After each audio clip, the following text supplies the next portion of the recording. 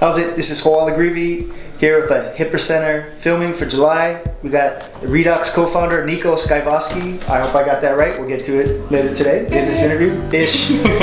And this is our one-on-one interview. So without further ado, Niko, can you tell us what Redox does and what problems you guys are solving? Yeah, absolutely. So it's kind of two things that we help out digital health companies with. Number one is we help them manage their connections to a whole bunch of health systems that they work with, and then we standardize the data for them to exchange data back and forth. So that's the big difference, is that Redox centralizes this in our cloud. You connect once to us and you can connect to any health system that's already on the Redox network through a standardized API. Man, that's really exciting stuff. I can't tell you how many startups I've seen at pitch competitions, and they get this fancy app that does absolutely no communication with the back end the doctors use. And it just, you know. Yeah, and it's a sad thing because in our space, the legacy medical records have so much, it's the source of truth at the health system, right? Doctors live and breathe in that software. And if the new innovation doesn't sync up with it, then it's really hard for them to get to market. And so that's what Redox is trying to create, is an application layer such that you connect into it once and you can work with all of the covered entities where a patient might be seen. That's a big idea, man. I like it. It's our BHAG, right? Our big, hairy, audacious goal. Speaking of BHAG, tell me more about the Redoxathon. Yeah, the Redoxathon. We essentially never branded it, so it became called the Redoxathon. But what this is our developers really wanted to get at the elbow of developers using our software, and we partnered with Allscripts and with Matter in Chicago, and we threw an event where we got digital health companies who were selling a product into the health system space and needed to integrate. We threw an event where we sat down with their developers, and in one day we integrated their software to Allscripts and to Athena, and so they can essentially have a fully integrated demoable product. So they can go into health systems and sell it. So our team had a great time, they had a great time. We're going to start trying to do these in multiple cities around the country, so it's something that we'll be marketing around, so check out our Twitter. Man, that's some clever marketing. And I've been to your Boston Social Mixer 2 years ago. Yeah. And it was aimed entirely at developers. Yeah. And there was beer. I don't know if there was tacos, but it was snowing. Yeah. But that was cool, man.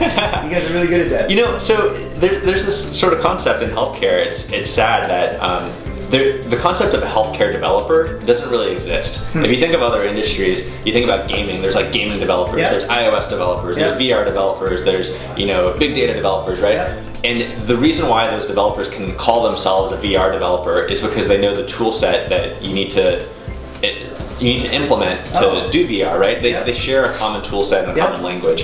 Healthcare doesn't really have that, and so we saw we saw all of these healthcare developers who didn't claim it, who didn't say, I am a healthcare developer, I do this because I care about the industry and I care about patients.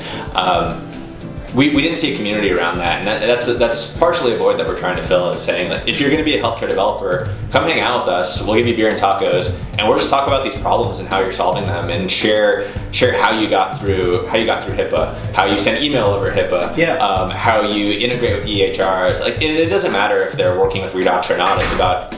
It's about establishing what it means to be a healthcare developer, because we need 10 times more healthcare developers right now in the industry to solve some of the problems that we have, right? Granted, the government is going to try to come up with regulations to try to solve the industry. The health systems themselves are going to innovate the business models, but we also need this groundswell of entrepreneurs, 10,000 entrepreneurs throwing everything they have at the problem, and that's going to, it's going to be in the middle somewhere, right? We're going to have this groundswell create huge efficiency gains. We're going to have models change from the top, and we're going to solve the problem through this sort of public-private mix of innovation. Man, that's so cool that you guys are filling the leadership void. We're trying to, yeah. We're a piece of the ecosystem, so, yeah. So, okay, Madison, Wisconsin. What are the go-to spots? I've never been. It's a phenomenal little city. It's this gem in the middle of cow pastures in America's Dairyland. So amazing amount of restaurants. The bar scene is incredible. Wisconsin drinks an insane amount of beer. My beer and cheese consumption went up by like 300% when I moved to Wisconsin. Not many people know about Madison, but every single health system that uses Epic knows about Madison, because they send people there all year long to go to training, to meet with Epic, to do all that sort of stuff. So we're actually able to have a lot of business come through Madison just being located there. But it's an awesome place to be. Yeah. So can you tell me more about 100 State? I saw it on your LinkedIn profile. Yeah, so 100 State, when I first jumped into the entrepreneurial ecosystem in Madison, there's a couple meetups, right? Once a month sort of things where you go and you find like-minded people who are starting companies.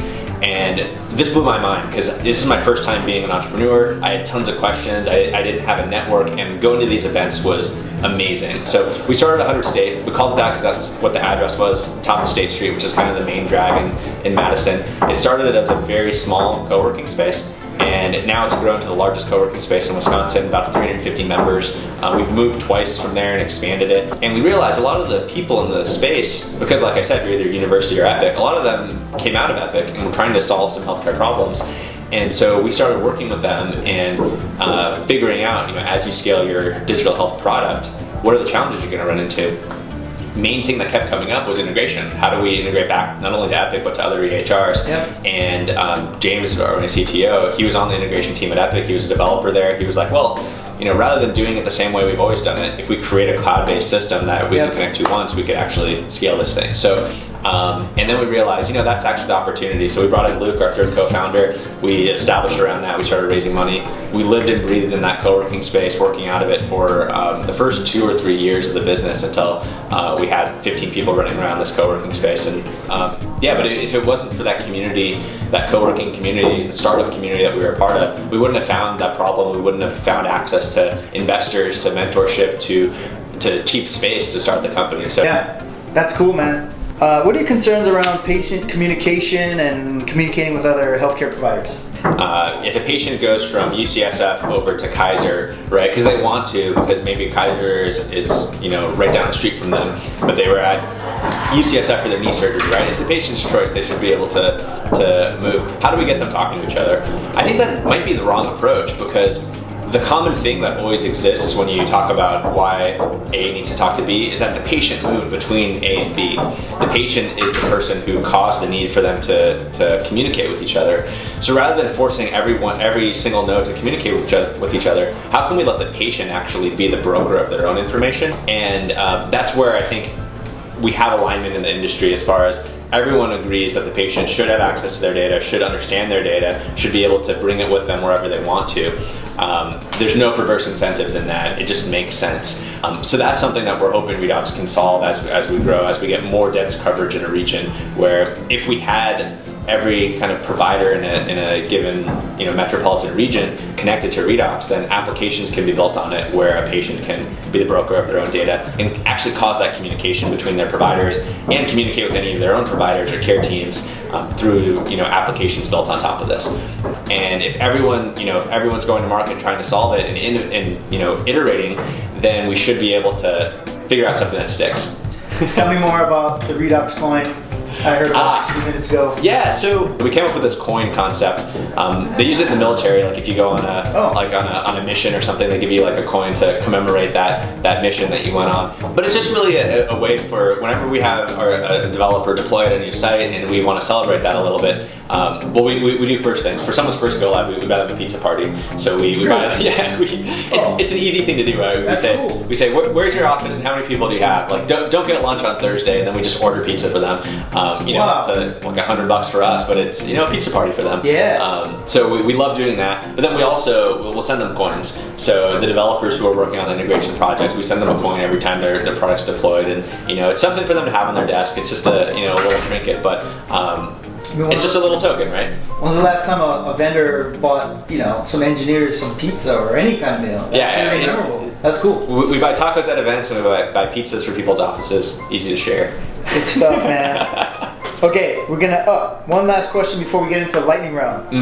Tell me a humorous anecdote that recently happened in your office. So we have our dogs in the office like many startups do, but if one dog barks, our landlord rushes in and freaks out. So what's happened is that we have this open dog policy, but we have to keep dogs in their own rooms so they don't bark at each other. So it's kind of like we have all these offices, and each office has its own dog that sits in it, and it's just kind of turned into this thing where you walk into an office and there's a dog in there, and that's how we do business. Is there's always just someone's dog is in the office in different rooms, all separated in their own little kind of holding cells. You literally just walk around with a leash and just pick a dog. and take them out on a walk, and if they love it, you can have a nice, refreshing outdoor conversation with someone and make a dog happy. Pick up some poop.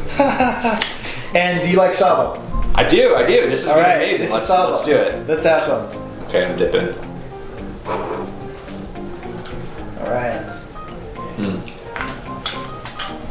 We're gonna finish these. Oh yeah, man. Yeah. Join us again for HIPAA Center, coming in August.